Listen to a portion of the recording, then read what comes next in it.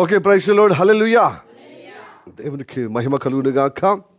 రండి దేవుని బిడ్డలారా, మొదటి వాక్యము విని మనం ధన్యులుగా చేర్చబడ్డాం దేవుని కృపలో, దేవుని యొక్క ఆయన యొక్క నిబంధనలో.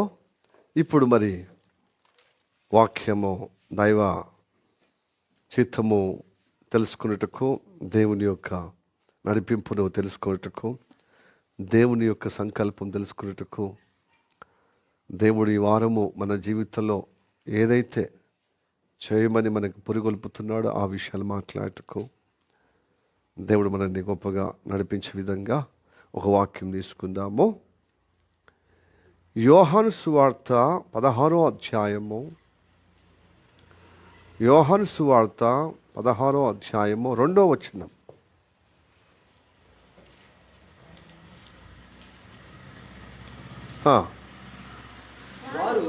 వారు మిమ్మును సమాజ మందిరములో నుండి వెలివేయుదురు, మిమ్మల్ని చంపు ప్రతివాడు తాను దేవునికి సేవ చేయుచున్నానని అనుకొను కాలము వచ్చుచున్నది. ఈ వాక్యం మన వెనుకలో దేవుడు ఆశీర్వదించునుగాక. చిన్న ప్రార్థన చేద్దాము. మికిలిగా ప్రేమిస్తున్న మా పరలోకమందున్న మా తండ్రి, నీకు వందనాలప్ప. ఇదిగో ప్రభు, మాకు తెలియజేసిన ఈ వాక్యము, మాకు చూపించిన ఈ వాక్యం ద్వారా మాతో మాట్లాడమని, ఇదిగో నీ మాట్లాడుతున్నప్పుడు అందరూ అటెన్షన్గా శ్రద్ధాభక్తులతో నీ మాటలు వినటకు సహాయం చేయమని, ప్రతి దుష్టుని యొక్క మాటలు, దుష్టుని యొక్క ఆలోచనలు ప్రతి విధమైన దిష్టమైన శేషనామలో దురపరచబడుగాక, ధ్వంసం చేయబడుగాక. ప్రభావ వినిపించుకునే చెవులు గ్రహించే మనసు మాకు అందరికీ అయ్యా, చూస్తున్నవారు, చూడబోతున్నవారు, ఇక్కడ స్థానికంగా ఉన్నవారు, దూరంగా అయా అపేక్షించిన వారు, శ్రద్ధతో ప్రభావ అయా వింటున్న వారికి అందరికీ నీ కార్యము జరుగునట్లుగా నడిపించమని యేసయ్య నామములో అడుగుచున్నాం తండ్రి, ఆమేన్. మంచి కూర్చుందా. యోహాను సువార్త 16వ అధ్యాయము 2వ వచనము ఇందాక చదివినప్పుడు మనం విన్నాం. వారు మిమ్ములను సమాజ మందిరములలో నుండి వెలివేయుదురు, మిమ్మును చంపు ప్రతివాడు తాను దేవునికి సేవ చేయుచున్నానని అనుకోను కాలము వచ్చుచున్నది. హల్లెలూయా, ప్రైజ్ ది లార్డ్. ప్రియ దేవుని బిడ్డలారా, ఈ వాక్యము ఇప్పుడు అక్షరాల మన కళ్ళారా చూస్తున్నాం, అవునా కాదా? వారు ఎవరంటే ఎవరు? వివిధ మతములో ఉన్నవారు, కులములో ఉన్నవారు ఏం చేస్తున్నారు? యేసు ప్రభుని సొంత రక్షకుడిగా అంగీకరించినప్పుడు ఆ కులము నుండి, ఆ మతము నుండి, ఆ ప్రాంతం నుండి వెలివేస్తున్నారు భక్తులను, యథార్థమైన భక్తులను. అందుకోసమే క్రీస్తుని నమ్ముకోవడము చాలా మట్టుకు ఇష్టమే. సమాజంలో యేసయ్య ప్రేమ గలవాడు, ఆయన ప్రాణం పెట్టినవాడు కానీ ప్రాణం తీసేవాడు కాదు. సో ఆయన అడిగినప్పుడు సహాయం చేస్తాడు అనేది చిన్నపిల్లల, పెద్దవాళ్ళకందరికీ యేసయ్య ప్రేమ గలవాడని తెలుసు అన్నమాట వాళ్ళ హృదయంలో. కానీ ఇప్పుడున్న పరిస్థితి కాలంలో వాళ్ళ మతము పెద్దలు కానీ, కుల పెద్దలు కానీ విషబీజాలు వాళ్ళ చిన్న పిల్లల్లో, యవన బిడ్డల్లో విషబీజాలు రాజకీయంగా వాళ్ళ యొక్క పెద్దరికం నిలుపుకోవటానికి, వాళ్ళ అజమాయిష్ చేయటానికి కులం అనే పేరిట, అలాగనే మతం అనే పేరిట మరి పిల్లల హృదయాలను, లేకపోతే యవన బిడ్డల హృదయాలను వారి మతంలో, కులములో ఉన్న వారిని చెరిపేస్తున్నారు, వాళ్ళను కలుషితం చేస్తున్నారు, వాళ్ళను విషబీజాలతో వాళ్ళు ఉన్మాదులుగా తయారు చేస్తున్నారు. కాబట్టి రోజు రోజుకు యేసుప్రభు కాలము నుండి చూస్తున్నాం, యేసుప్రభుని నమ్మితే సమాజం వెలివేస్తుంది. ఏమేస్తుంది? సమాజం వెలివేస్తున్నప్పుడు ఏమైపోతుంది తెలుసా? భయము, అందరికీ భయం. అయ్యో, నీ కులం నుంచి వెలివేయబడుతున్నారు, వాళ్ళ యొక్క బలగం నుండి వెలివేయబడుతున్నారు, ఈ ప్రాంతం నుంచి వెలివేయబడుతున్నారు, వీళ్ళ మతం నుంచి వెలివేయబడుతున్నారు.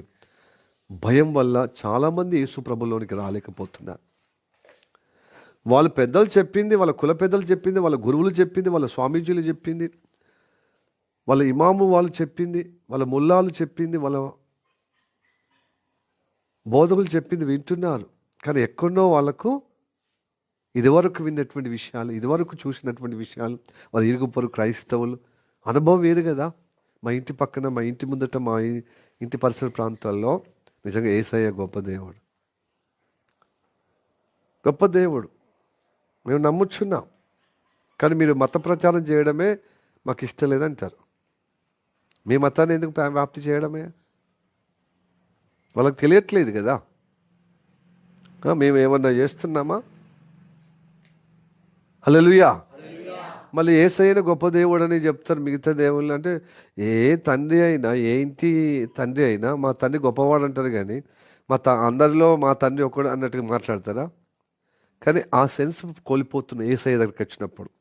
అసలు ఏ దేవుడిని అయితే నమ్ముతున్నా ఆ దేవుడు గొప్ప దేవుడు, విశ్వంలో ఎవరు లేరు, ఆయన గొప్ప, ఈ జగతిలో, ఈ భూమండలంలో, ఈ విశ్వంలో అని చెప్పుకునే విధంగా అంటారు. కానీ అలాగ అంటే ఏమీ వాళ్ళని వెలివేయరు, వాళ్ళు దూషించరు, వాళ్ళను చంపరు. కానీ యేసు ప్రభుని నమ్మిన బిడ్డలకు మాత్రము వెలివేస్తారు, తప్పుపడతారు.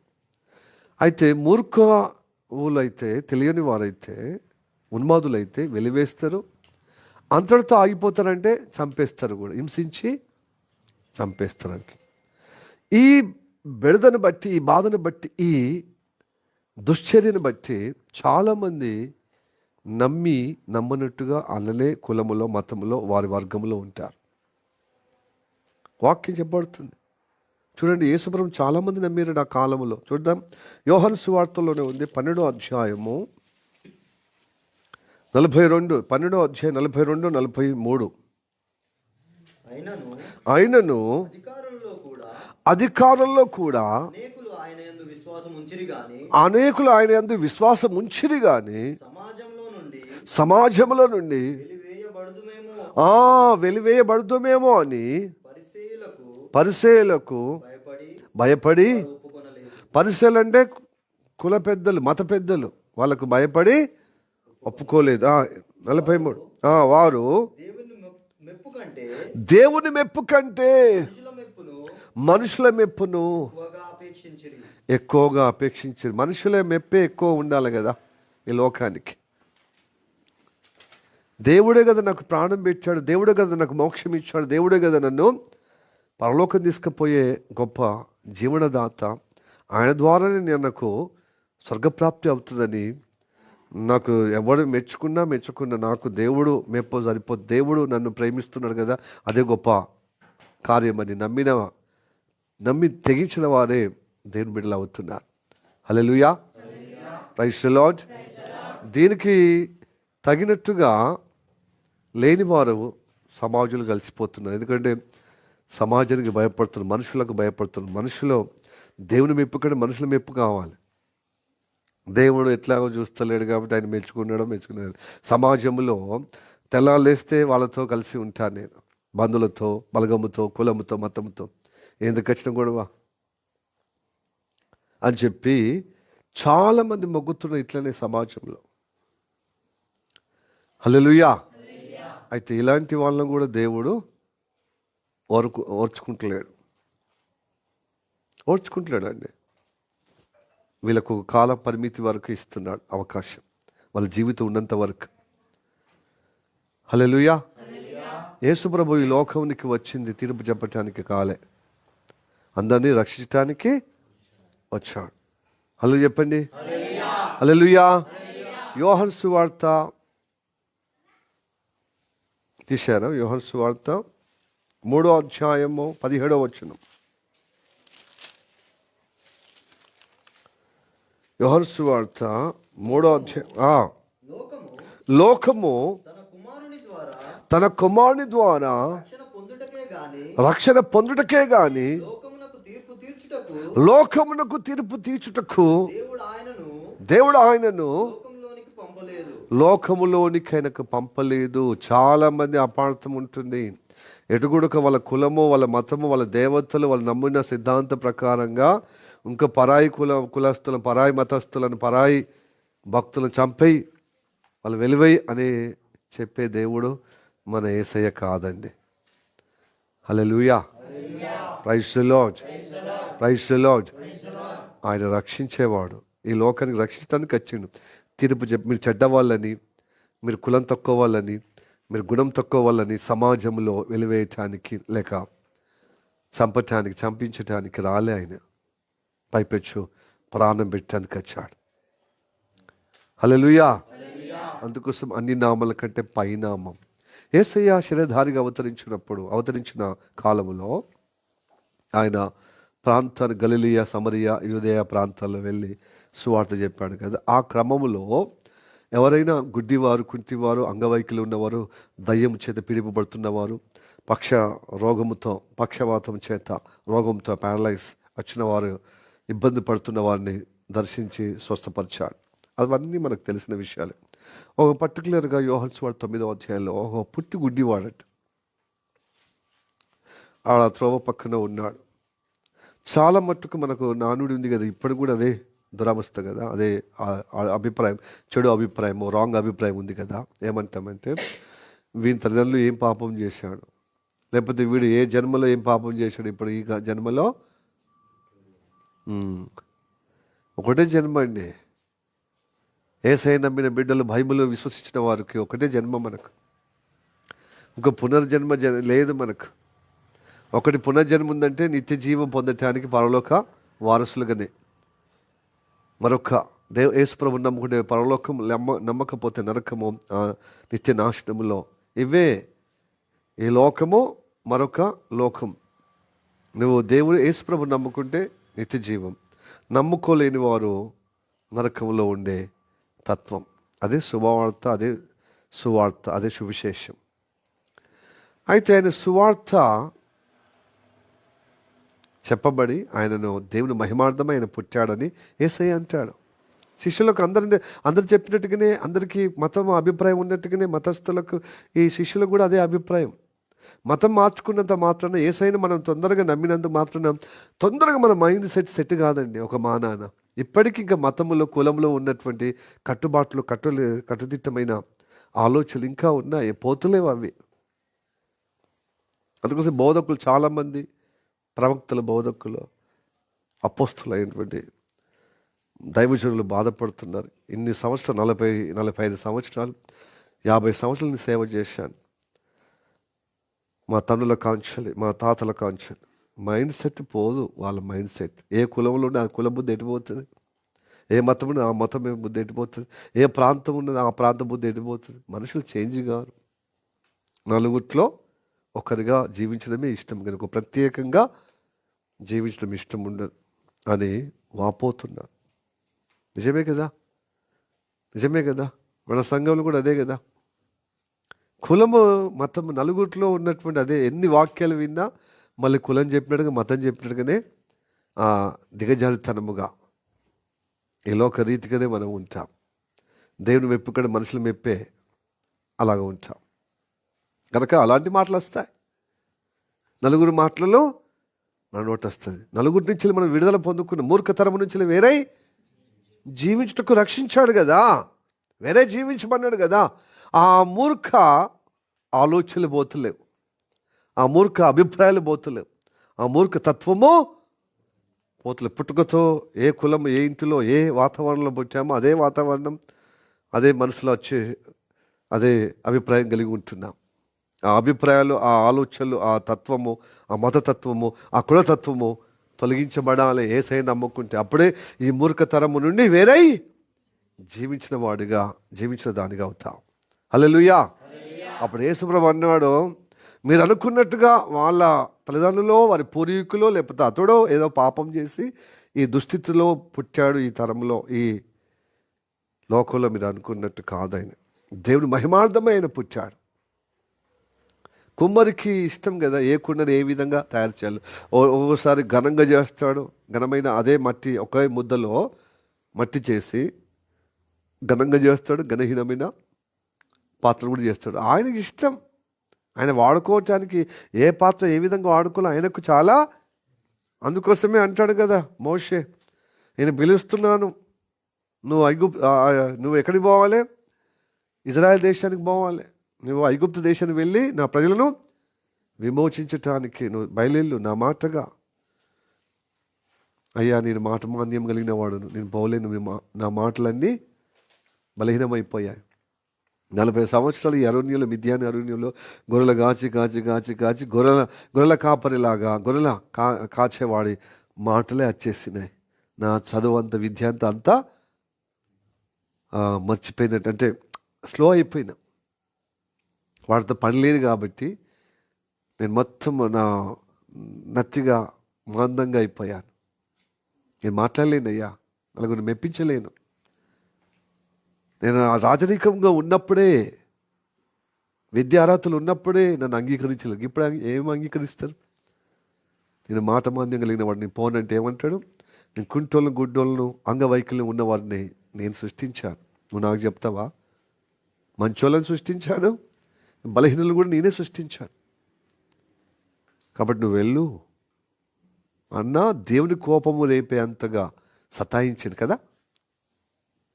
అప్పుడు నీ అన్న వస్తున్నాడు నీతో, నేను వెతుక్కుంటూ, ఆయన నీకు నోరుగా ఉంటాడు. హల్లెలూయా. అహరోను నీకు నోరుగా, నువ్వు అతనికి దేవుడుగా, అంటే ఆదేశించే విధంగా నేను ఏదైతే చెప్తానో మీ అన్నకు చెప్పు, ఆయన మాట్లాడతాడు, ఆయన అలా చేస్తాడు. నువ్వు వెళ్ళు. హల్లెలూయా. అందుకోసం అహరోనుకి మోషేకు అసిస్టెంట్గా ఉన్నాడు. అంటే ఆయనకు చేత కాదు, చేతన అవుతలేదు. అయ్యా నేను నడిపిస్తానంటే నాకు చేతన అవుతలేదు అంటే ఆయన స్వరంగా నువ్వు నా ఆజ్ఞగా నడిపించమన్నాడు. అట్లనే ప్రియా దేవుని బిడ్డలారా, ఇప్పుడు యేసు ప్రభు ఆ శిష్యుల అభిప్రాయాలు ఖండిస్తూ, నలుగురు చెప్పినట్టుగా మీరు మాట్లాడదని ఖండిస్తూ, దేవుని మహిమార్థమై ఆయనకు గుడ్డితనంగా పుట్టాడు అని చెప్పి వెళ్ళి స్వస్థపరిచాడు. ఆ స్వస్థపరిచిన విధానమే ఇదిగో సిలోయం కోనేటిలో ఆ నేల మీద బురద చేసి, ఆ నేల బురదను ఆ కళ్ళకు రాసి నువ్వు కోనేటి దగ్గర వెళ్ళి కడుక్కోబట్టి అద్భుతమైన చూపు వచ్చేసింది. హల్లెలూయా. Praise the Lord. ఆ కోనేటి పేరే మనం పెట్టుకున్నాం సిలోయం ప్రేయర్ హౌస్ అని. అంటే మనము దేవుని సన్నిధికి వచ్చినప్పుడు దేవుని వాక్యం విన్న కొద్దీ మన మనోనేత్రాలు వెలిగించబడాలి. హల్లెలూయా. వాక్యం అనే నీళ్ళ ద్వారా, కోనేటి అనే వాక్యము, కోనేటి అనే నీళ్ళ ద్వారా, అంటే కోనేటి యొక్క నీళ్ళ ద్వారా ఎలాగా గుడ్డివాడు కడుక్కున్నాడో, మనము కూడా సిలోయం ప్రేయర్ హౌస్ యొక్క సావాసంలో వచ్చిన వారు వాక్యం అనే నీళ్ళతోని మీ కళ్ళు, మీ అంతరంగము వెలిగించబడాలి, ప్రత్యక్షతగా చూడబడాలి. హల్లెలూయా. హల్లెలూయా. చూస్తే మీకు ఆశీర్వాదం. దేవునికి స్తోత్రం. హల్లెలూయా.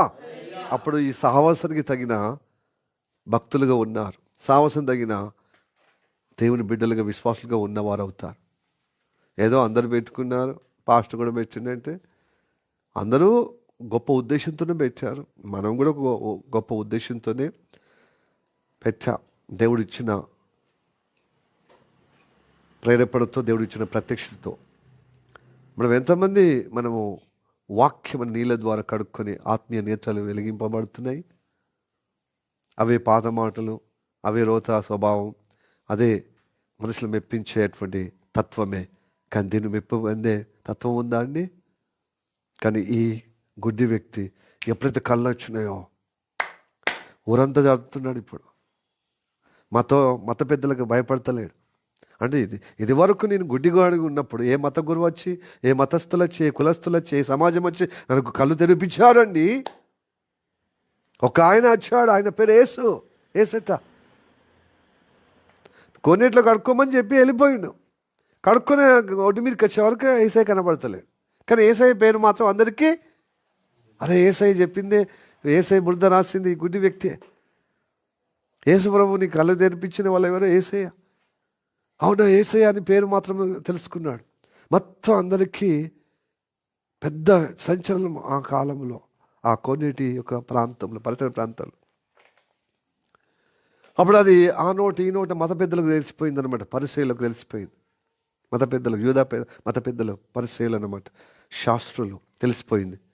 వచ్చి ఊట వచ్చి మొసపోసుకుంటూ వచ్చి "ఆ, ఈ గుడ్డోడు నిజమేనా? అంతకుముందు ఇప్పుడు గుడ్డోడైనా కొనేటి దగ్గరనే టచ్ ఆడుతుండేనా? ఈ ప్రాంతం తిరిగేవాడా?" సమాజానికి భయపడి నాకు తెలియదు. కొంతమంది ఇతడే, లేదా ఇతడి పోలిక ఇంకోడు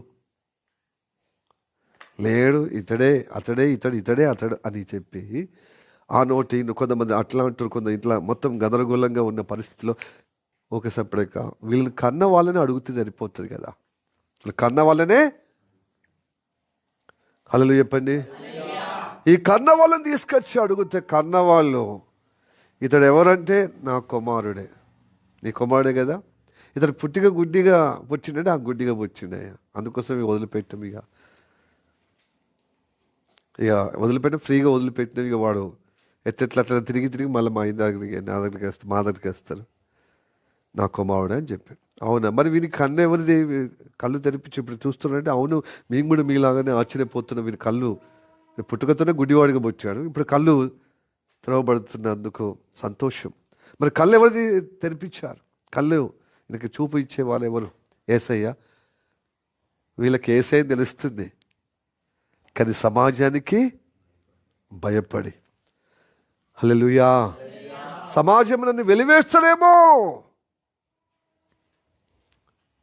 సమాజము వెలివేస్తారేమో అని చెప్పి ఇప్పుడు మనుషుల మెప్పు కంటే దేవుడి మెప్పు కంటే మనుషుల మెప్పు కోసము ఈ పరిసయ్యులు అధికారులు కదా, ఈ మత పెద్దలు కదా, వీళ్ళకు జడిసి ఈ అధికారులలో యేసయ్యను ఎలా నమ్ముకొని సమాజానికి భయపడ్డారో, కులానికి మతానికి ఈ గుడ్డివారి తల్లిదండ్రులు కూడా భయపడి ఒక సప్పడక ఏది ఇదంతా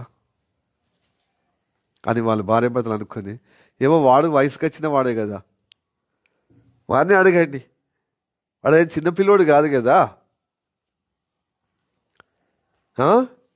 వాడేం చిన్నపిల్లోడు కాదు కదా, వయసుకు వచ్చిన వాడు కదా, మెచ్యూరిటీ వచ్చింది కదా, వాడిని అడగండి, వాడు బుద్ధికి వచ్చిన వాడు కదా. నీకు ఎవరా చూపించారు? ఎవరు నీకు చూపించారు అని అతన్నే అడుగుమంటే, అప్పుడు పెద్దవాళ్ళు అడిగితే ఏసయ్యనే అని ఎందుకంటే మేలు పొందుకున్నాడు కదా. ఎవరు మేలిచ్చారంటే యేసు ప్రభు మేలిచ్చాడు, స్వస్థపరిచాడు, నీ కళ్ళు చూపు దృష్టి శక్తి ఇచ్చాడు, చూసే శక్తి ఇచ్చాడు, కళ్ళు కనబడే విధంగా నేను కటాక్షించాడు అన్నప్పుడు ఆయన అందరి ముందట ఎగుడుతూ గంతులు వేస్తూ దేవుడికి స్తుతి చేస్తూ యేసు ప్రభువును పొగుడుతున్నాడు. వెంటనే పెద్దలు వీని సమాజం నుంచి వెలివేయండి అన్నాడు. సమాజం నుండి వెలివేయండి వీడిని. వెలివేసిన ఐ డోంట్ కేర్. ఎందుకంటే వెలివేసే కంటే గొప్ప అద్భుతం నాకు జరిగింది కదా. నేను గుడ్డివాడిగా పుట్టినప్పుడు నా తల్లిదండ్రులు నన్ను చూసి ఏడిశారు, నా అవిటిని బట్టి, నా గుడ్డితనంను బట్టి. నీ రాత గిట్లుంది, నువ్వు గిట్లా అయిపోయింది, అందరిలా మేము కన్నాము, కానీ నీ రాత, నీ పరిస్థితి ఇట్లా అయిపోయిందని ఏడ్చారు, తూడ్చారు, బాధపడ్డారు, కానీ ఏం చేయలేదే, నా స్థితి, నా పరిస్థితి మార్చలేదే. మతస్థులు వచ్చారా, కులస్థులు వచ్చారా, సమాజం వచ్చిందా? ఇప్పుడు నా కళ్ళు తెరవబడితే ఓర్వలేక మత పెద్దలు సమాజం నుండి నేను అప్పుడు వెలివేయబడ్డట్టుగానే ఉన్నాను, ఇప్పుడు కళ్ళు వచ్చినా కూడా వెలివేయడం ఐ డోంట్ కేర్ అని మంచిగా సంతోషంగా ఉన్నప్పుడు, వెలివేయబడ్డాడన్న విషయం తెలిసినప్పుడు వెంటనే యేసయ్య అతనికి ఎదురుపడి, నేను యేసు ప్రభువును. అవునయ్యా యేసయ్య నువ్వేనా అన్నప్పుడు, నేనే. నిజంగా నువ్వు దేవుని నమ్ముచున్నావా? నేను చూపించినని నమ్ముతున్నావు కదా అంటే, నేను నమ్ముతున్నానయ్యా. ఎందుకంటే ఇన్ని రోజులు గుడ్డివాడిగా ఉండి ఎన్ని దురవస్థల పాలయ్యాను. అసలు మనిషి పుడితే ఏదో కాలో చేదో వంకతో పుట్టాలి, కానీ గుడితనం మాత్రం గుట్టద్దయ్యా. అందరూ అదే అంటారు కదా, ఏ బాధ వచ్చినా ఈ బాధతో మాత్రం ఉండద్దు. ఎందుకంటే ఆ బాధను ఎల్లబుచ్చాడు కాబట్టి ఆ బాధను సహించి భరించి సంవత్సరాల తరబడి గుడ్డోడని ఈసరించబడ్డా. మరి అలాంటి జన్మ ఎవరు కోరుకుంటారండి? అందుకోసం ఎవరు ఏ బాధ వచ్చినా భగవానికి కూడా ఈ బాధ రావద్దు, నేను భరిస్తున్నా, ఆ బాధ ఎంతదో అనుభవించడం అని తెలుస్తుంది అంటారు. అది చిన్నది కావచ్చు, పెద్దది కావచ్చు. ఎవరికి కలిగిన బాధ కష్టము వాళ్ళు గొప్పగా అనిపిస్తుంది కదా, అనుభవిస్తుంది కదా, రాత్రి అయితే పొద్దు అయితే. పగలైతే రాత్రి అయితే వాళ్ళు అనుభవిస్తున్నారు, ఎదుర్కొంటున్నారు కదా, సహిస్తున్నారు కదా, భరిస్తున్నారు కదా. కాబట్టి ఎవరికి బాధ వాళ్ళకు. చి నా కష్ట పగవాడికి కూడా రావద్దంటారు. ఇప్పుడు ఇక్కడ ఉన్న వాళ్ళ ఎవరినైనా అడిగి నా అదృష్టం ఎవరికి రావద్దు పాస్టర్. నీకు చూస్తే ఆమెకేంది ఆయనకేంది, మహారాజు మంచిగా డ్రెస్ వేసుకున్నారు, మంచిగా కొత్త కొత్త శారీస్, మంచిగా కనబడుతున్నారు గంభీరంగా. వాళ్ళకేంది మహారాజులాగా అనిపిస్తుంది. కానీ నేను ఎల్లబోసుకుంటున్నాను కదా, నేను ఎల్లదీస్తున్నాను కదా, నేను భరిస్తున్నాను కదా. నా కష్టము ఇప్పుడు భాగ్యశ్రీ పేరు మాత్రం భాగ్యం ఉంది, కానీ నా జీవితంలో భాగ్యము లేదు పాస్టర్. మా అమ్మ ఏ అదృష్టాన్నో ఏ ముహూర్తాలు పెట్టిందో కానీ భాగ్యానికి అనుకూలంగా అది ప్రతికూలం నా జీవితం. భాగ్యానికి నా పేరుకు వ్యతిరేకంగా నా జీవితం అనుభవంగా ఇప్పటికీ అట్లనే నడుస్తున్నాను. ఒక్కటి మాత్రం నిరీక్షణ, యేసయ్యను నమ్ముకున్నందుకు నా పరిస్థితి మార్చాడు, ఇంకా ఆయన్నే సహాయం చేస్తాడని విశ్వాసంతో నేను కలిగి ఉన్నాను. హల్లెలూయా. అంతే కదా. పోనీ మహేశ్వరమ్మని పట్టుకుందామా, ఆమెకి మంచిగా మహారాజ్ ఎవరు చెప్పారు గట్టిగా చెప్పరాదు. మంచి బిల్డింగ్లు, కొత్త బిల్డింగ్లో ఉంటుంది, మహారాణిగా ఉంటుంది. ఆమెకేంది దొరసాని. ఇంకా ఇద్దరు పిల్లలు మంచిగా చేతికి అందచ్చారు, జాబ్ చేస్తున్నారు. ఒకరు ఎక్కడ హైదరాబాద్లో, ఒకరేమో స్థానికంగా వండుకుంటూ. ఆమెకింది మహారాణి. ఇంతకు నీ మాటతో చెప్తున్నావు ఫాస్ట్, నలుగురు చెప్తున్నావా? ఏదో నాకు సమజ్ అయితే లేదు. అంటే అందరి మాట నా మాటగా చెప్తున్నాను. హల్లెలూయా, ప్రైజ్ ది లార్డ్ అనుకుంటున్నారు కదా సమాజంలో, ఇక్కడ చర్చికి వచ్చిన వారు కానీ సమాజంలో. కానీ ఆమెను ఆమెను కదిలించండి ఒంటరిగా. నా అదృష్టము అంటే నా అదృష్టము కానీ నా పుట్టుక అయితే చాలా బాధలతో. ఒక చిన్నప్పుడే అమ్మ నాన్న సమయంలోనే వాళ్ళ చేతుల సమయంలో వాళ్ళ ఆధీనంలో ఉన్నప్పుడే కొంచెము ఉన్నాను. ఈ అమ్మాయిలు ఎట్లా కొంచెం అప్పుడప్పుడే కొంచెం బుద్ధి వచ్చినప్పుడు వెంటనే పెళ్ళి చేస్తారు. ఎప్పుడైతే పెళ్ళి అయిందో ఇక నా అవస్థ ఎవరికి రావద్దు పాస్టర్, రావద్దు. అది అనుభవించిన వాళ్ళకే తెలుస్తుంది. ఆమెను అడగండి, చాలా బాధ, వేదన. కానీ అలాంటి సమయంలో దేవుడు పట్టుకున్నాడు, నన్ను దర్శించి రక్షించాడు. ఆయన నిరీక్షణతో నేను బ్రతుకుతున్నాను కాబట్టి ఏ స్థాయికి ఏ పాటికి వచ్చాను. ఇంకా ఏం ప్రాబ్లమ్స్ ఉన్నాయి, ఇంకా తీరలే. హల్లెలూయా. కానీ అవి తీరుస్తాడు దేవుడు, ఎందుకంటే నిరీక్షణ కలిగి ఉన్నాను, విశ్వాసం. అందుకోసం ప్రభువుని నమ్ముకున్నాను. నేను కులము నన్ను సహాయం చేయలేదు, నా ప్రాంతం సహాయం చేయలేదు. చేసిన అంతతో మరి విసుక ఉంటుంది కదా. ఎంతమంది సాయం చేస్తారు? వాళ్ళకు విసుక వచ్చే వరకు వాళ్ళకు భారం అంటే కష్టం అంతవరకు చేస్తారు. ఆ తర్వాత దేవుడే సహాయం చేస్తే విడుదల పొందుకుంటాం. కానీ మనుషుల సహాయము ఒక పరిమితి. ఈరోజు ఉంటుంది, రేపు చేతులు ఎత్తేస్తారు. అలాంటి పరిస్థితుల్లో నన్ను దేవుడు దర్శించి కాపాడిండు, నన్ను ఉద్ధరించాడు. ఇప్పటిదాకా నాకు అసలు బతుకు మీద అసలు ఆశ లేకుండా ఎప్పుడో చాలా ప్రయత్నం చేసిన, దేవుడు కాపాడి నన్ను రక్షించాడు. ఎందుకంటే దేవుడి కోసం బ్రతకటానికి కాబోలు యేసయ్య నన్ను పట్టుకున్నాడు పాస్టర్ అంటే. Hallelujah, praise the Lord, hallelujah. Yes, ప్రతి ఒక్కరికి ఇలా ఉంది. ఇలా చెప్పుకుంటూ పోతే వాక్యం కంటే వీళ్ళదే సాక్ష్యం ఇప్పుడు ఉంటుంది. రాము బ్రదర్ది కావచ్చు. మేము చాలా అన్నదమ్ములము, ఏడుగురు ఆరుగురా, ఐదుగురు ఇక్కడ లేని వాళ్ళని కూడా కలుపుతున్నా. ఓకే, 5 వాళ్ళ అమ్మ నాన్నను చూసి సమాజం అనుకుంది, 5 కొడుకులు నీకేందే, గొప్ప భాగ్యవంతుడివి, గొప్ప మీరు గొప్పగా శ్రీమంతులే. అసలు పాతకాలంలో ఒక సామెత ఉండేది, ఆస్తి పనులైనా ఉండాలట, లేకపోతే కంపెడు పిల్లలైనా ఉండాలట అంటే. Hallelujah, praise the lord. ఆస్తి లేకుండా రెక్కాడితే డొక్కాడే పరిస్థితి ఉందా? పిల్లలు ఉన్నారు కదా, నలుగురు 5 పిల్లలు, రత్నాలు లాంటి పిల్లలు. ఏ కష్టం చేసైనా నేను అంటే వాళ్ళు నిలబడతారు వాళ్ళు అని వాళ్ళని చూసి సమాజం అందరూ, మత పెద్దలు, కుల పెద్దలు అందరూ చెప్పుకోలేదా హల్లెలూయా? కానీ మేము బ్రతికే విధానం చూస్తే చీచిచి రావద్దు ఎవరికి, ఈ దుర్భర స్థితి ఎవరికి రావద్దయ్యా. ఎంత బాధ, ఎంత వేదన. అలాంటి పరిస్థితుల్లో ఇక పెళ్ళి తప్పదు కదయ్యా. పెళ్ళి చేసుకుని ఆ పెళ్ళి యొక్క కుటుంబ జీవితంలో అటో ఇటో 2 పిల్లలే ఆ బతుకు జీవుడు అని చెప్పి భారంగా కష్టంగా ఉన్న సమయంలో దేవుడు నన్ను దర్శించాడు. హల్లెలూయా, ప్రైజ్ ది లార్డ్. దర్శించినప్పుడు ఈ కష్టం ఇష్టంగా అయిపోయింది. అసలు కష్టంగా అనిపించలేదు. ఇప్పుడు సహజంగా అందరికి బాధ్యతలో ఎలాగా బ్రతుకు జీవుడం ముందుకు పోతుందో కష్టంతో, అట్లా ఆ కష్టంలో నాకు ఫలము దేవుడు ఇస్తున్నాడు, ఆరోగ్యం ఇస్తున్నాడు, పిల్లలు చక్కగా లోబడే విధంగా ఇప్పటిదాకా సహాయం చేస్తున్నాడు. ఇప్పుడు దేవుణ్ణి బట్టి బ్రతుకుతున్నానయ్యా. ఏ కులం వచ్చింది, ఏ మతం వచ్చింది, ఏ ప్రాంతవాసులు వచ్చింది, ఏ సమాజం వచ్చింది అని ఉద్ధరించడానికి. కాబట్టి ఏసే నాకు కావాలి. అన్నదమ్ములు మారకున్నా పర్వాలేదు, అన్నదమ్ములు వస్తే మారితే దేవునికి స్తోత్రం. బట్ నేను మాత్రం నిలబడతాను దేవుని కోసం. హల్లెలూయా, హల్లెలూయా.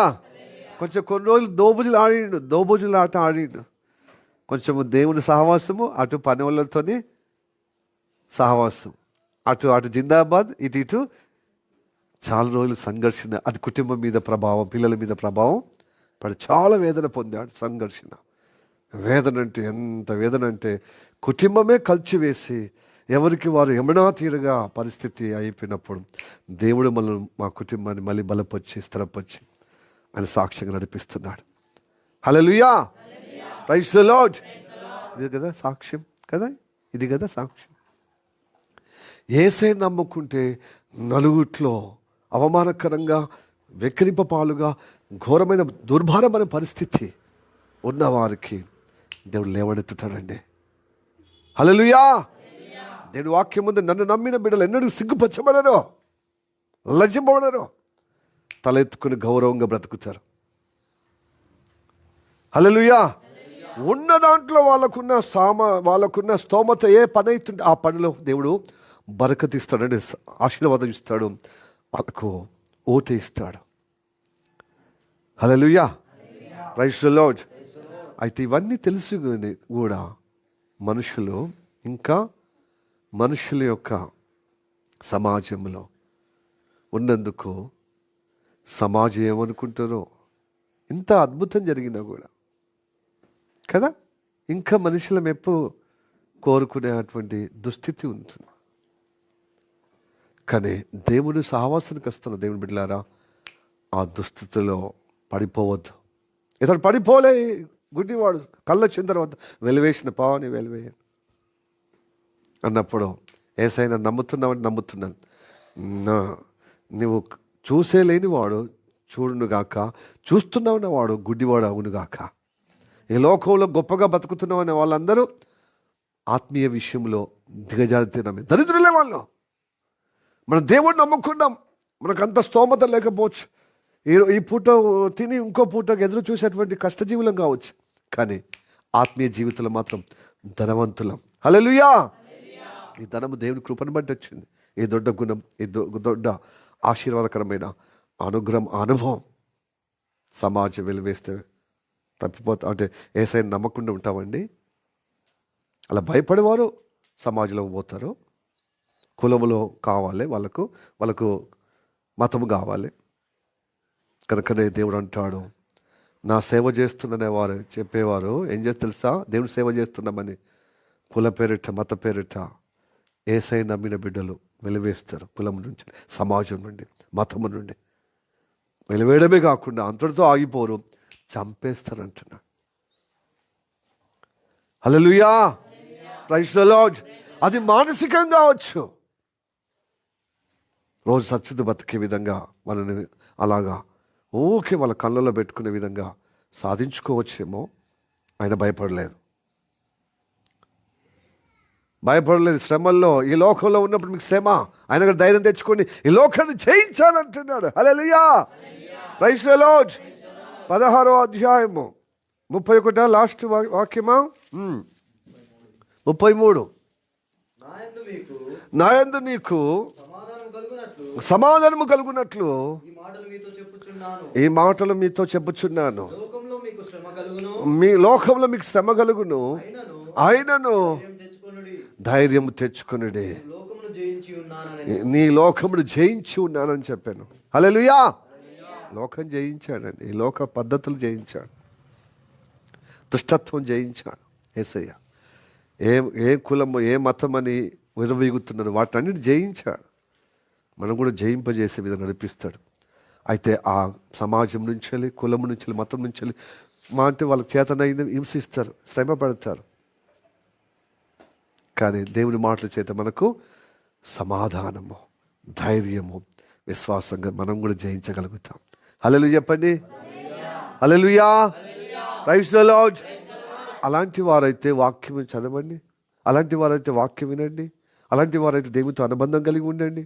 ఇంకా ప్రబలుతారు. మిమ్మల్ని అనేవారు సిగ్గుపరచబడతారు, వాళ్ళు సిగ్గుపరచబడతారు, లజ్జపడతారండి, వాళ్ళు తలక్రిందులు అవుతారు. దేవునికి స్తోత్రం. హల్లెలూయా, హల్లెలూయా. ఒకటి, ఈ పళ్ళొచ్చిన వ్యక్తిని నా పేరు నిలబడు అని చెప్పి ఆశీర్వదించి నడిపించాడు. చూడండి ఆ వాక్యం కూడా యోహాను సువార్తలోని 9వ అధ్యాయములో 34వ వచనం. అందుకు వారు కేవలము నీవు పాపివై పుట్టినందుకు నీకు గుడితనం వచ్చిందని చెప్పి యేసు ప్రభువే చేసిన నాకు యేసయ్య గురించి బోధింపవచ్చితివా వానితో చెప్పి వాడిని వెలివేసిరి. అప్పుడు యేసయ్య ఎలా ఎదుర్కొన్నాడు చూడండి. 35 వెలివేసిరని విని వాణ్ణి కనుగొని నువ్వు దేవుని కుమారుని అందు నువ్వు విశ్వాసం ఉంచుచున్నావని అడిగాను. అందుకు వాడు, ప్రభువా ఆయన యందు నిన్ను విశ్వాసం ఉంచుటకు ఆయన ఎవడని అడగగా యేసు, నీవు ఆయనని ఎదురుగా ఉన్న వ్యక్తే, నేను పలికించిన వ్యక్తే ఆయన అని చూచుచున్నావు, నీతో మాట్లాడుచున్నవాడు ఆయనే అని అనెను. అంతటా వాడు, ప్రభువా నేను విశ్వసించుచున్నానని చెప్పి ఆయన మొక్కెను. హల్లెలూయా. ఆయన బిడ్డగా సాక్షి నిలబడ్డాడండి. మీ తల్లిదండ్రులు భయపడ్డారు, సమాజంలో మమ్మల్ని వెలివేస్తారని. కొడుకు అద్భుతం జరిగినా కూడా సోయలేదండి. ఈ రోజులలో నా పిల్లలు నా ఎదురుగా ఎట్లాంటి దుర్భరమైన పరిస్థితి, నా పిల్లలు, నా కుమార్తె, నా కుమారులు ఇదిగో దేవుడి చేత గొప్పగా బాగుపడ్డారు, గొప్పగా దీవించబడుతున్నారు, గొప్పగా ఆశ్రయించబడుతున్నారు, వదిలిపబడుతున్నారు అని సోయి లేకుండా సమాజానికి అతుక్కొని రేపు కులం ఉండాలి కదా, చచ్చిపోతే దినాలు ఉండాలి కదా, ఊరేగింపు ఉండాలి కదా. ఎందుకది నరకం పోవటానికి? ఆ ఊరేగింపు ఎందుకు? ఆ దినాలు ఎందుకు? ఆ చావు, ఆ కులం ఎందుకు? ఆ తలం ఎందుకు? ఆ సమాజము అచ్చడము ఎందుకు? పోవడం ఎందుకండి? నువ్వు నరకంలో, వాళ్ళందరూ నరకంలో నేను సాగదంపడానికి సమాజం రావాలా? నరకంలో పోరా బాబు, ఇప్పటిదాకా మాకు సాధించింది మంచిగా ఉండేదని చెప్పి అట్లా ఒకరికొకరు నరకంలో తీసుకుపోవడానికి బలగము రావాలా, తలంత బలగం రావాలా, కులం రావాలా, సమాజం రావాలా? మళ్ళీ నిన్ను చంపటానికి మళ్ళీ నరకంలో ఈడ చంపింది సరిపోదని నరకంలో చంపటానికి తీసుకుపోవాలండి. సమాజం కోసం కొంతమంది చచ్చిపోతారు, నలుగురు కోసం చచ్చిపోతారు. వాళ్ళు ఆపద సంపదలో రారు, కానీ దేవుడే కావాలి ఆపద సంపదలో.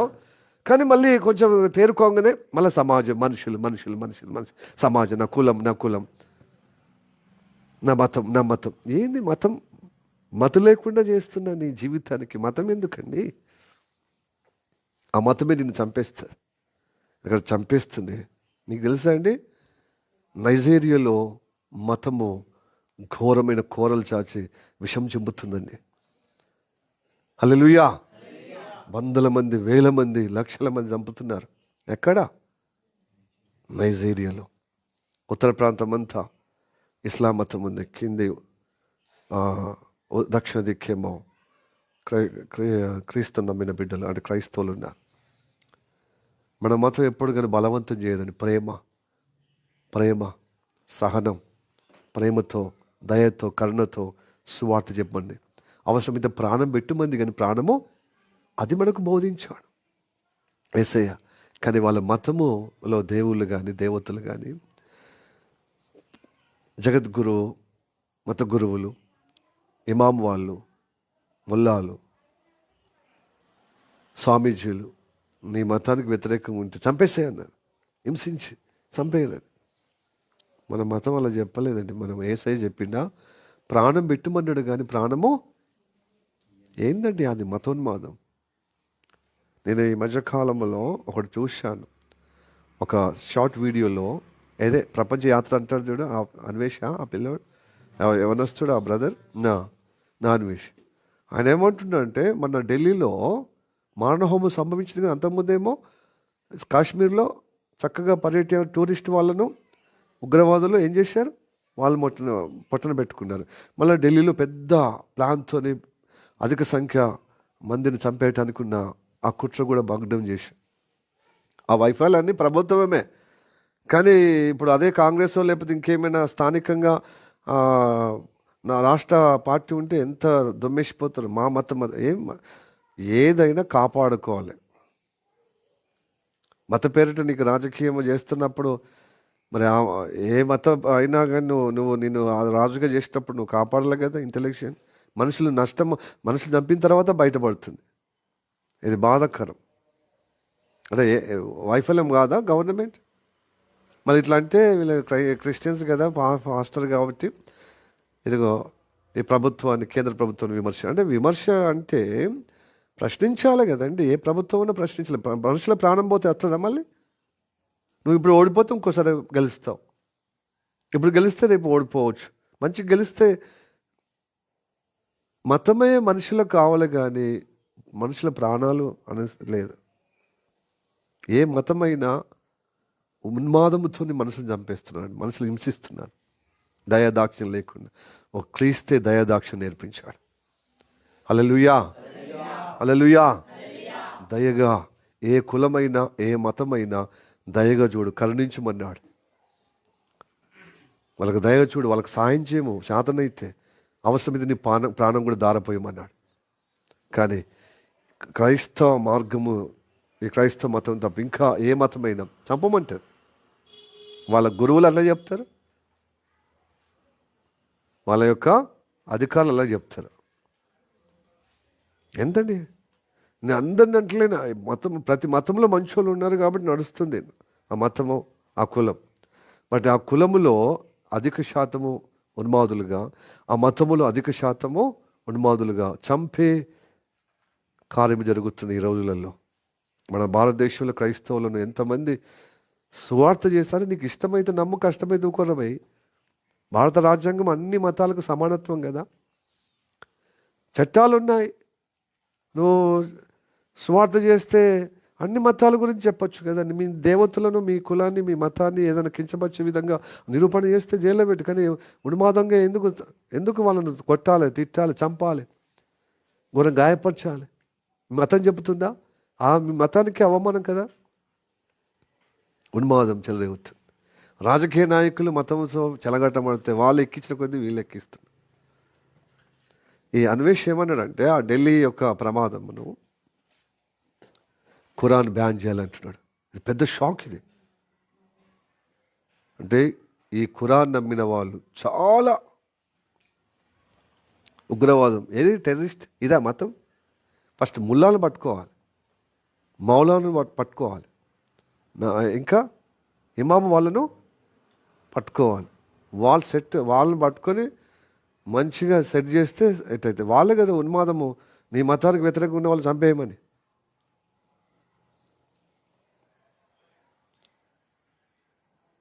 అని అంటున్నాడు ఇక్కడ ఖురాన్లో. వాళ్ళ మతానికి వ్యతిరేకంగా చంపేయమని చెప్పి మా ఫ్రెండ్స్ కూడా ఉన్నారు, ఇస్లాం సహోదరులు. తల మంచోళ్ళు కూడా ఉన్నారండి. నేను చాలాసార్లు జిహాద్ అనేది ఇప్పుడు కాదు, అంతకుముందు నుంచలే 10-15 సంవత్సరాల నుంచలే ఈ గొప్పగా మతం పేరిట జిహాద్ అంటే పవిత్ర యుద్ధముతో మనుషులు చంపేస్తున్నారు. అప్పుడు నా స్నేహితులు ఉన్నప్పుడు, లేదురా, మా ఫ్రెండ్స్ అంటారు, నా ఫ్రెండ్స్ చాలా మంచి స్నేహితులు ఉన్నారు, వాళ్ళు అంటారు సేమ్ ఇప్పుడు క్రైస్తత్వం ఎలా ఉంది, ఈ ఆధ్యాత్మికంగా ఆ చెడు గుణాన్ని జయించమన్నాడు కానీ భౌతికంగా ఇతరుల మీద దాడి చేయమని చెప్పలే. వాళ్ళకి అది అర్థమైపోయి చాలా ఉగ్రవాదంగా అయిపోతున్నారు. మరి రోజు రోజుకు ఉగ్రవాదం పెరుగుతుంది కదా, పెరుగుతుందా పెరుగుతలేదా? పాకిస్తాన్లో, తర్వాత ఇరాన్లో, గల్ఫ్ దేశాల్లో మన ఐఎస్ఐ ఉగ్రవాదం ఇరాక్ నుంచి వెళ్ళిపోని ఎక్కడ పోయింది? సిరియా దేశానికి కాక ఉత్తర దిక్కు పోయింది. మన సిరియాలో కూడా ఏర్పాటువాదులని గవర్నమెంట్ మీద ఘోరమైన యుద్ధం. హాల్ ఖైదా ఉగ్రవాదంలో ఆయన మీద పెద్ద అమెరికా వాళ్ళు పెద్ద ఏం పెట్టి ఆయన తల మీద కొన్ని కోట్లు పెట్టి, ఇప్పుడు అమెరికా మొన్న పోయింది ఆ ఉగ్రవాది రెడ్ కార్పెట్తో. ఇప్పుడు గవర్నమెంట్తో సంబంధంగా ట్రంప్ ప్రభుత్వం అతన్ని మెచ్చుకునే విధంగా మా దేశానికి సహాయం చేయమని మేము అన్ని వర్గాల వాళ్ళకు సున్నీ షియా అలాగనే మిగతా మైనారిటీ వాళ్ళకందరికీ మేము న్యాయంగా చేస్తామని అమెరికా వెళ్ళి సరణి సహాయం చేస్తున్నారు అనేది పేపర్లో మనం చూస్తున్నాం. ఇప్పుడు చూడండి, ఇవన్నీ ఉగ్రవాదం. వాళ్ళ ప్రజలు వాళ్ళకి కనికరం లేకుండా ఘోరమైన ఉగ్రవాదం. షియా అని, సున్నీ అని. ముస్లింలో చాలా రకాలు ఉన్నాయండి. ప్రధానంగా షియా ముస్లిమ్స్, సున్నీ ముస్లిమ్స్. మన పాత బస్తీలో హైదరాబాద్లో ఉన్న వారందరూ షియా వర్గంలో ఉన్నారు. సున్నీ చాలా తక్కువ, అంటే వాళ్ళు కేవలం సౌదీ వాళ్ళు అసలైన మేమే అంటారు. వీళ్ళకి పడదు షియా సున్నీ వాళ్ళకి. ఇంకా అనేకమైన వర్గాలు ఉన్నాయి తర్వాత అవి. సో ఇలాంటి జరుగుతున్నాయి అన్నమాట. ఇప్పుడు మన పక్కపొంటి మన స్నేహితుడు ముస్లిమ్స్ అతను కూడా అనుమానం చేసే విధంగా ఇప్పుడు మన దేశంలో కూడా ఏమైనా ముస్లింల మీద టార్గెట్ పెట్టి ఓట్లు దనుకోబోతున్నారు, హిందూ ముస్లిం అని.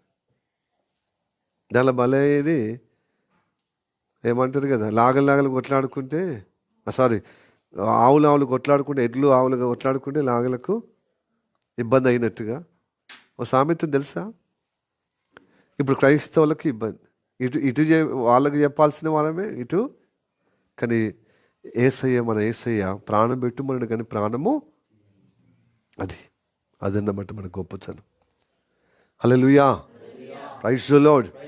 యేసు ప్రభువుని నమ్మిన శిష్యులు, యేసు ప్రభువుని వెంబడించిన శిష్యులు యేసయ్య ఎలా ప్రాణం పెట్టారు, అలాగా అనేక ఆయన బోధలు విని ఆయన అభిషేకం పొందుకొని ఆయా దేశాల్లో వాళ్ళ ప్రాణం పెట్టారండి వారి మతం కోసము.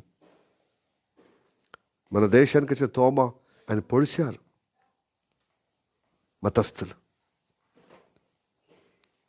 యేసయ్య ఎలాగా సిలువకు వేయబడ్డాడో యూద మతం ద్వారా, ఇప్పుడు ఈ మతం ద్వారా, ఇప్పుడు సనాతన ధర్మం అంటేనే ఆ మతస్థులు ఆయనను చంపేశారు. తోమాను ప్రార్థన చేసే వ్యక్తిని వెనక నుంచి బల్సతో చంపారు. అలానే రోమా ప్రాంతంలో పేతురు చంపబడ్డాడు తలక్రిందులుగా. నేను యేసయ్యలాగా నేను యోగ్యుని కాదు కనుక ఆయనలాగా నేను అంటే సిలువ వేయబడటం అర్హత లేదని తలక్రిందులు వేశారు. పౌలు భక్తుడు చిరచ్ఛేదనం చేయబడ్డాడు రోమాలో. అంటే పరిశుద్ధుల రక్తం ద్వారా మనకు సువార్త వచ్చిందండి, ఊరికే రాలేదండి. అంటే పరిశుద్ధుల యొక్క రక్తము మీద కట్టబడ్డదే పునాది, క్రైస్తవ పునాది.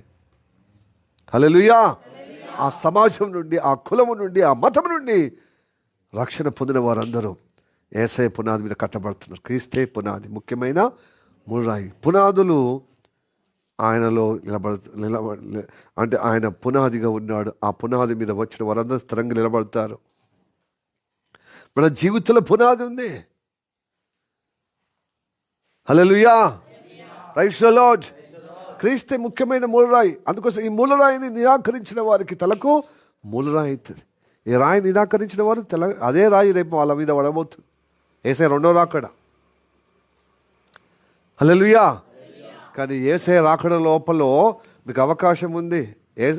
యేసుప్రభు వచ్చింది నిన్ను చంపటానికి కాదు, నిన్ను నాశనం చేయడానికి కాదు, నేను రక్షించడానికి, నీకు ప్రాణం ధారపోయిటారు. తన భక్తులు కూడా ప్రాణం ధారపోయమన్నాడు. సమాజం, నీ కులం కొరకు, నీ సమాజం కొరకు, నీ మతం కొరకు సువార్త చేయమన్నాడు. అందుకోసమే పరిశుద్ధుల యొక్క పవిత్ర రక్తం ద్వారానే రోమ్ నగరం కావచ్చు, ఇటలీ దేశం కావచ్చు, భారతదేశం కావచ్చు, అలాగనే రష్యా కావచ్చు, అమెరికా కావచ్చు, యూరప్ కాంటినెంట్ మొత్తం యేసయ్య బోధతో నింపబడింది. ఎందుకండి?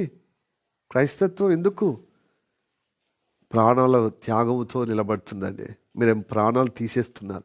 ఇంతెందుకంటే మీ కులములో, మీ మతములో పుట్టినటువంటి అంగవైకలను అటో ఇటనో మీరు కేర్ చేస్తూ ఉండవచ్చేమో. వాళ్ళను కేర్ చేయరు, బట్ చేస్తారేమో.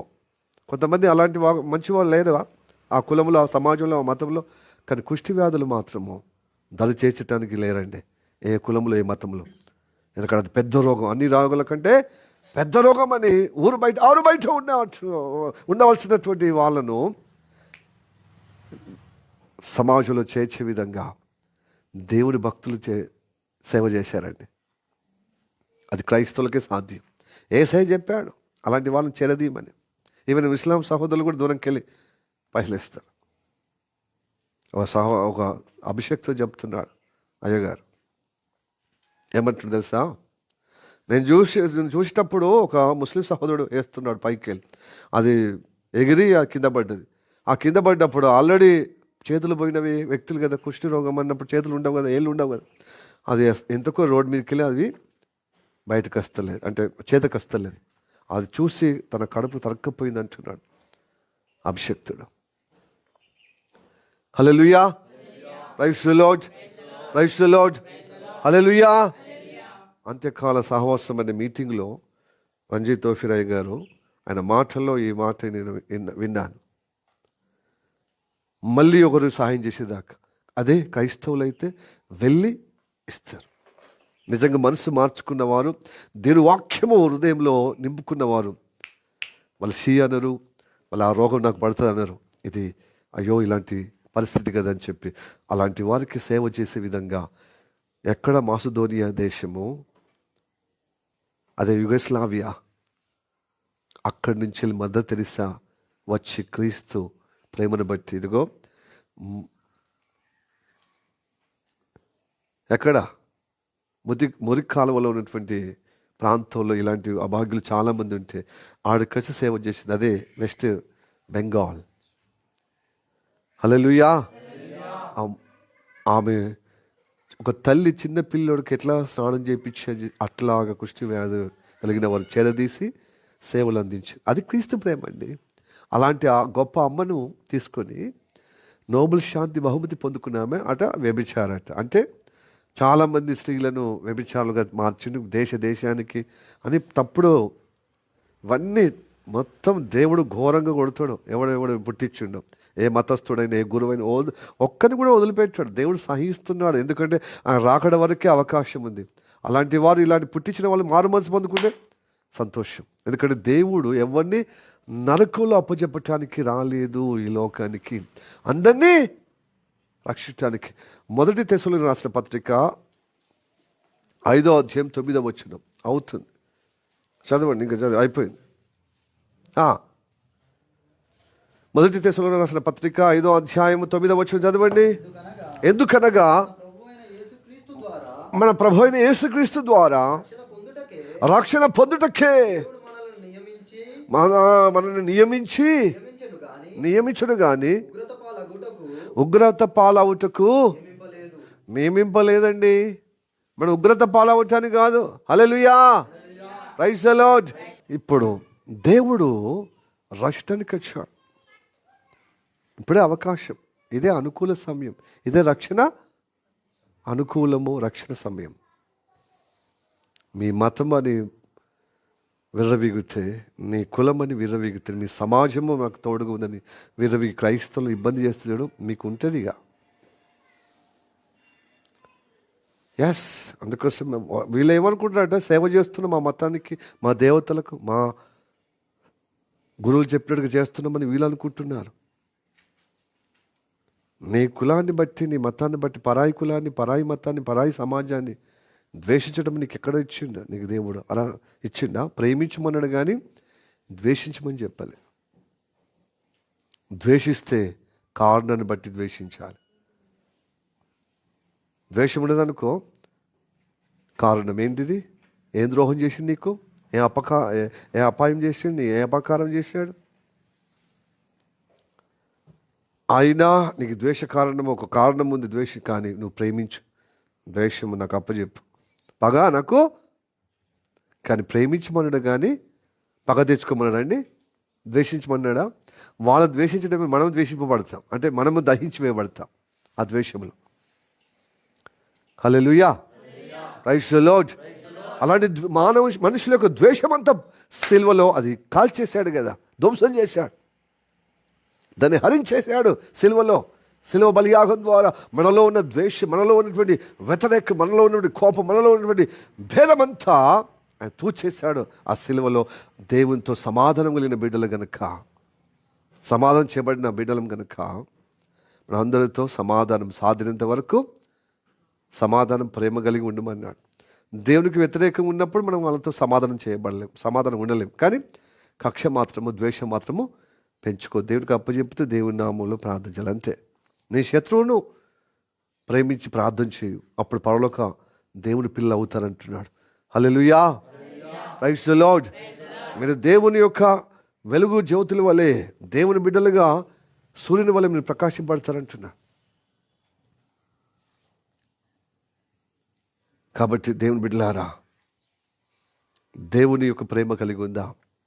అయితే ఈ మధ్యకాలంలో సోషల్ మీడియాలో యేసు ప్రభుని నమ్మి, నా భార్య ద్వారా నేను యేసయ్యని నమ్ముకున్నాను, నమ్ముకుని మనకు మంచి కనిపించినప్పుడు ఇంకా నేను అట్లే కొనసాగుతాను, నేను సేవకుడు అయ్యాను, 10 సంవత్సరాలు సేవ చేశాను, సేవ చేసిన తర్వాత నాకు మంచిగా అనిపించలే, ఇప్పుడు నేను మళ్ళీ హిందూ మతంలో వచ్చినని చెప్పి సోషల్ మీడియాలో ఒక యాంకర్ అడుగుతుంది. ఒక వ్యక్తి అట, అతని పేరు సతీష్ బాబు, మాజీ పాస్టర్ అని టైటిల్తోని ఇప్పుడు 1 month నుంచి 2 months ఇంటర్వ్యూ అందరికి ఇస్తున్నాను అనమాట. అందరికి తెలియాలంటే ఏదో పెద్ద ఘనకార్యం చేసినట్టుగా సాతాను బట్టి బయటకు వచ్చేసింది.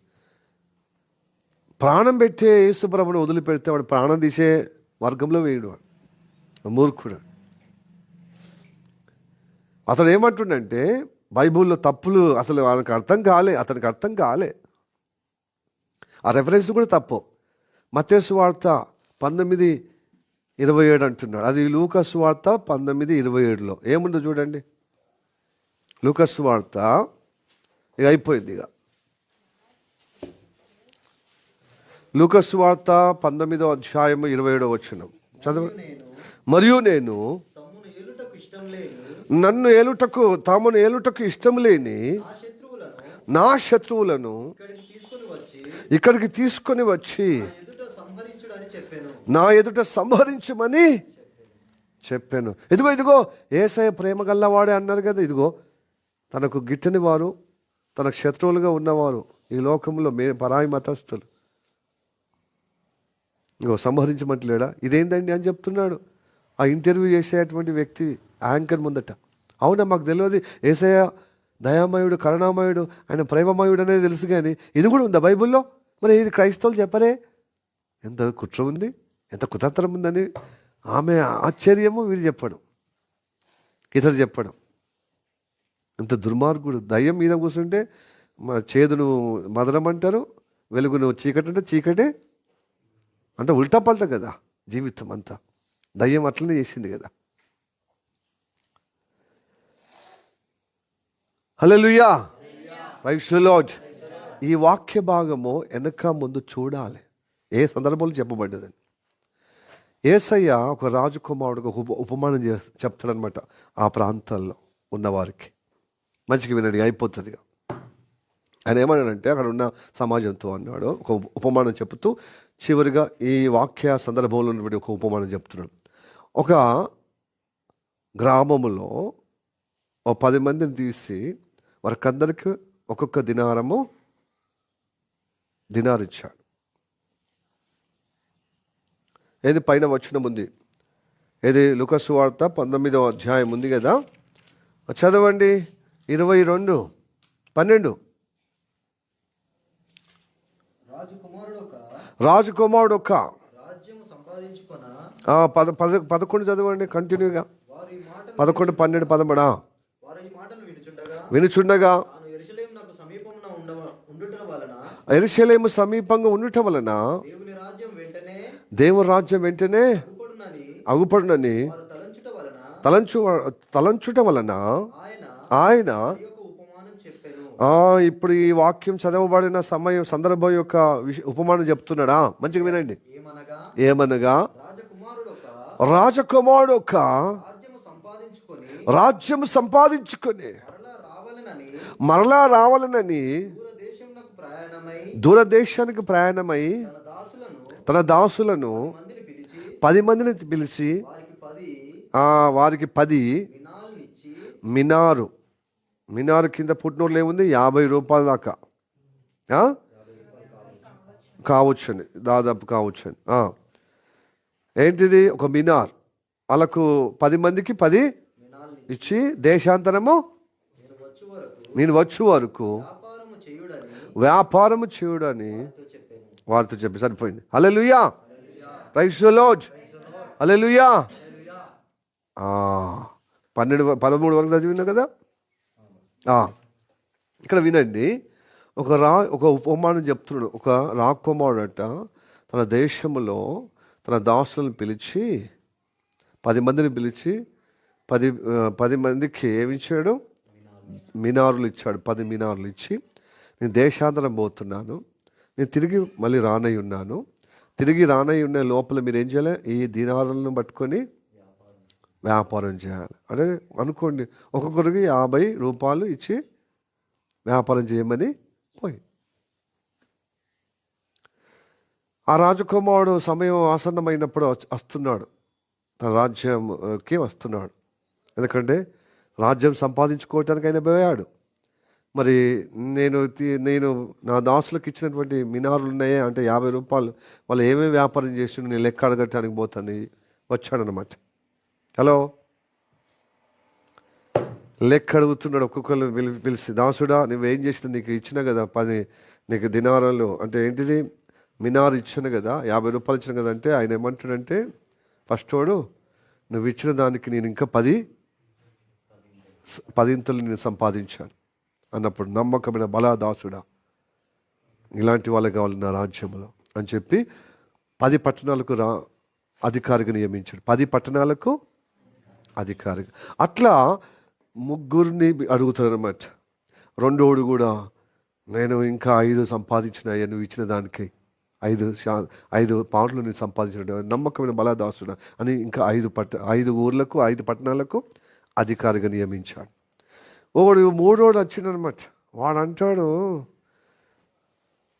అయ్యా నువ్వు ఇచ్చావు, పోయినావు, నువ్వు ఎప్పుడెప్పుడు వస్తావా అని రాత్రి బావలో భయంతో వరకుతో ఎదురు చూస్తున్నా నీది నీకు ఇవ్వడానికి. వ్యాపారం చేయలేదురా, నువ్వు చేయలే. ఎందుకు చేయలే అంటే నువ్వు కఠినాత్ముడవు, నువ్వు కనికరం లేనివాడు, కఠినాత్ముడవు, నువ్వు చాలా కోపగుండోడు. నువ్వు పెట్టని కాడ ఎత్తమంటావు, ఆడ ఏం లేదు కానీ ఏదో ఉన్నట్టుగా ఎయ్యు అంటావు. ఎందుకు వచ్చిన గొడవ? విత్తని కాడ కొయ్యమంటావు, నువ్వు విత్తలే పంట కొయ్యమంటావు. అట్లుంటావు కాబట్టి నీకు భయం వల్ల నేను చేయలేదు. అప్పుడు అంటాడు, చెడ్డదాసుడా, నేను కఠినాత్ముడును, నేను భయంకరుడు నీకు అనిపించినప్పుడు నీ దగ్గర పెట్టుకుంటే అది ఏమన్నా జమ అయినాయా? ఇన్ని రోజులు ఇన్ని సంవత్సరాలు నీకు ఇచ్చిపోయి. కనీసం సావుకారులకు, అప్పుడు పాతకాలంలో సావుకారులే కదా బ్యాంకులు, ఇప్పుడంటే బ్యాంకు కన్నా పెడితే అది వడ్డీతోనన్నా 4 పైసలు వచ్చేది కదా, వడ్డీ కన్నా పెరిగేది కదా. సావుకారుల కన్నా ఇచ్చితే వడ్డీతో నేను వసూలు చేసుకునే కదా. సో నేను పెట్టని కాడ ఎత్తమంటాను, ఇతని కాడ కొయ్యమంటానా? చెడ్డదాసుడు, ఇసంటి వాళ్ళు నేను పరిపాలించడానికి వీనికి ఇష్టం లేదు. ఎందుకంటే నా స్వభావము కనికరము దయ ప్రేమ లేదు, నన్ను కఠినం అంటున్నాడు. కాబట్టి ఇతనిలాగా అనేకులు నాకు శత్రువులుగా ఉన్నారే, వీళ్ళందరినీ సంహరించంటే రెండో మరణం ఏంటిది? నరకములో. అట్లా చెప్తున్నాడు. హల్లెలూయా. ఇది తీసుకొని ఏమంటున్నాడంటే ఈ కాలంలోనే ఈ లోకంలోనేట అందరిని సంహరించమంటున్నాడు. ఈ మతం కూడా చెప్తుందని ఎంత ప్రాపగండ అండి. నీ మతం చెప్పినట్టు కాదురా భయ్, నీ కులం చెప్పినట్టు కాదు. నీ మతం నమ్ముకుంటే ఏ కులంలో కలవాలిరా భయ్? ఏ కులంలో కలవాలి? బ్రాహ్మణుల్లో కలవాలా, లేకపోతే కాపోల్లో కలవాలా, రెడ్డిలో కలవాలా, రావులో కలవాలా, మాదిగోళ్ళ సమాజంలో కలవాలా? ఏ కులంలో కలుపుతావు? సనాతన ధర్మం అని గొప్పగా చెప్తున్నావే, నీ దాంట్లోనే డిస్క్రిమినేషన్, నీ దాంట్లోనే వ్యత్యాసం ఉంది. కులం తక్కువ, కులం ఎక్కువ అని పట్టుకు చస్తున్నారు. ఏ కులంలో కలుపుతావు? ఒకవేళ వేరే మతం నుంచి వస్తే అక్కడ వేరే ప్రాంతాల్లో, వేరే దేశాల్లో పోయి నీ మతం గురించి ప్రచారం చేస్తున్నావు కదా, ఏ కులం కలుపుతున్నారు? క్రైస్తత్వంలో చూసి ఇస్లాం సహోదరులు నేర్చుకున్నారు. క్రైస్తత్వం చూసి ఈ హిందువు కూడా సోకాళ్ళకి హిందుగా సనాతన ధర్మాన్ని వాళ్ళు కూడా ప్రచారం చేస్తున్నారు. వాళ్ళు 7 సముద్రాలు సప్త సముద్రాల్లో వెళ్ళి చేస్తే మంత్రాలు పారమనే వీళ్ళు, వేదాలు పారమనే వీళ్ళు ఇప్పుడు 7 సముద్రాలు దాటి ఏం చేస్తున్నారు? వాళ్ళ మత ప్రచారం చేస్తున్నారండి. ఎంత విడ్డూరం! వాళ్ళకున్న మాటకే మతి లేదు, గతి లేదు. గతి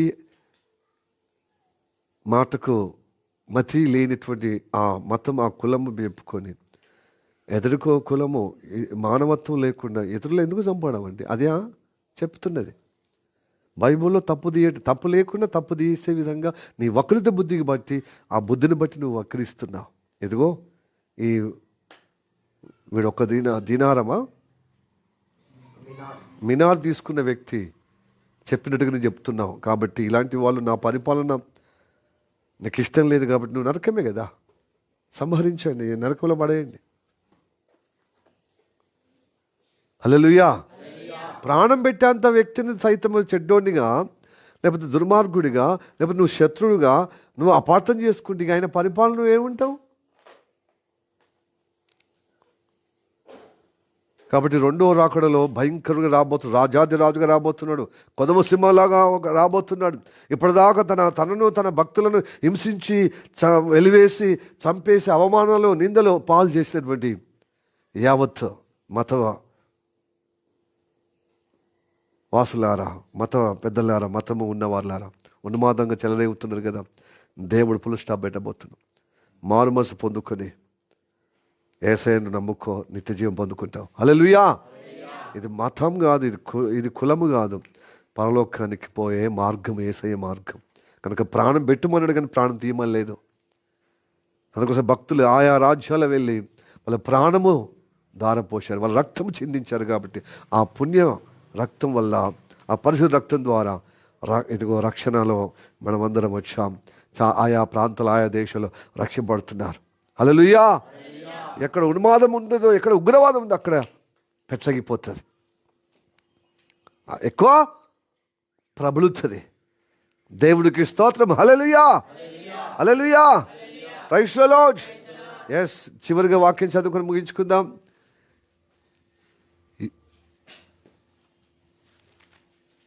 ప్రైజ్ ది లార్డ్. హల్లెలూయా. రోమిలో రాసిన పత్రికనా, కొరింథీయులకు రాసిన పత్రిక, అపోస్తల కార్యము 8వ అధ్యాయము 8వ అధ్యాయము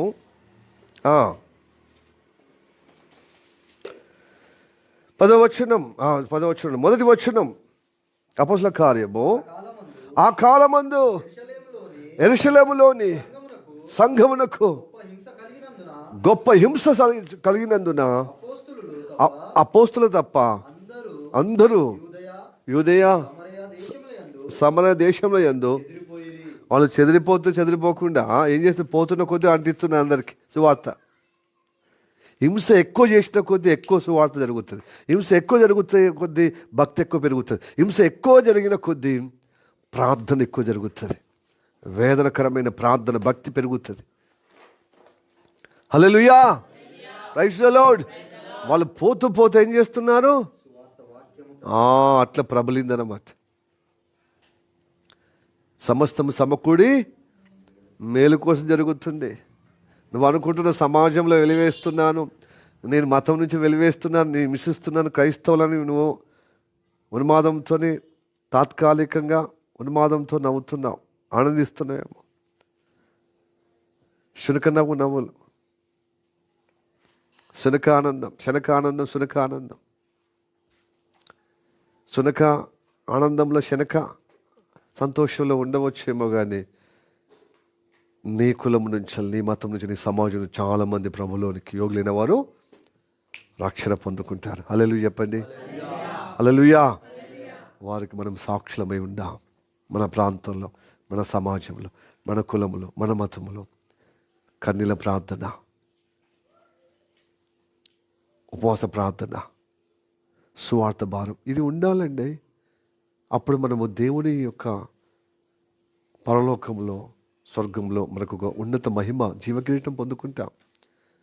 ఇప్పుడు చూడు, సమాజంలో పోటీపడి, అరే మనం కేవలం 3 పూటలు తినే వస్త్రము, అన్నపానీయములు, వస్త్రము ధరించుకునే వారుగా అట్లే ఉంటున్నామా? ఎదుగుతలేమా? సమాజంలో బిల్డింగ్లతో, కార్లతో, వైభవంతో, ఉద్యోగంతో, వ్యాపారంతో నిలదొక్కుకోవాలని జీవిస్తలేమా? ఈ తాత్కాలికమైన కోసం ఇంత ఆరాటం, పోరాటం అయితే అది శాశ్వతం కదా, అది అధిక మహిమలో ఉండాలి కదా. మరి అలాంటిది మనం ఎంత ప్రార్థన, ఎంత విశ్వాసం కలిగి, ఎంత ఉపవాస ప్రార్థన, ఎంత వాక్యం చదివే విధంగా భక్తి పెరగాలండి. పెరగలేదనుకో హింసలు చెలరేగుతాడు. హింస వచ్చిన కొద్ది ఏమైపోతాం? చెదిరిపోయి, మన మనసు చెదిరిపోయినప్పుడు బాగా ప్రార్థన, విశ్వాసం, వాక్యం, దేవుడి నిర్ణయములో ఉన్న, విశ్వాసములో ఉన్న వారందరూ ప్రబలుతారు. హల్లెలూయా చెప్పండి. Hallelujah. Praise the Lord. Hallelujah.